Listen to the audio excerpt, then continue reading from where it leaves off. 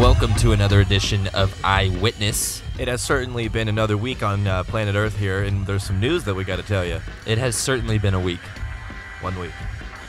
Our first story this week, Joey Badass went on Sway in the Morning, where he revealed that the White House has actually been tapping into his phones ever since Malia Obama took a selfie in a Pro-Era shirt.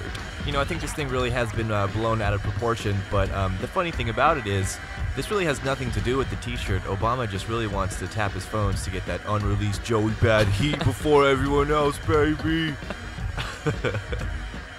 It was recently reported that Disclosure and Aluna George are being sued by a songwriter who claims they used her lyrics for Latch. Katie Farrah Sofer said that the lyrics were taken from a songbook of hers that was stolen by a violent ex-boyfriend and passed to music industry contacts.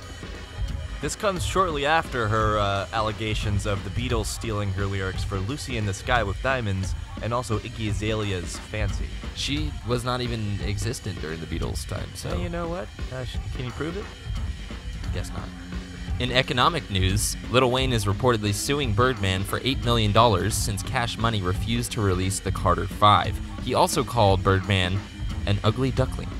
You know, Birdman and his lawyers actually issued a statement...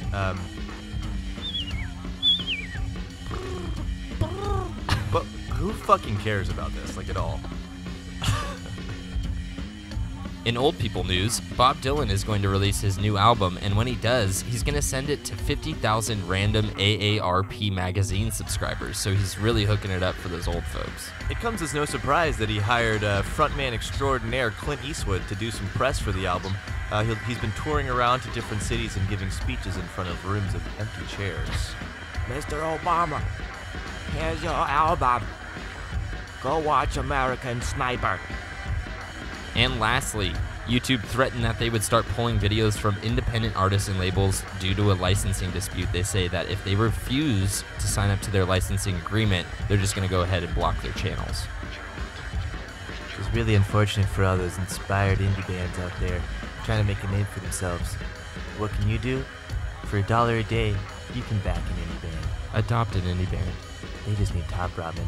They need you. Thank God. Well, that about wraps it up for this week of Eyewitness. And I'm waiting for my co-host to say something. Sorry, I was staring out at the ocean thinking about every move I've ever made. All right, we'll see you next week.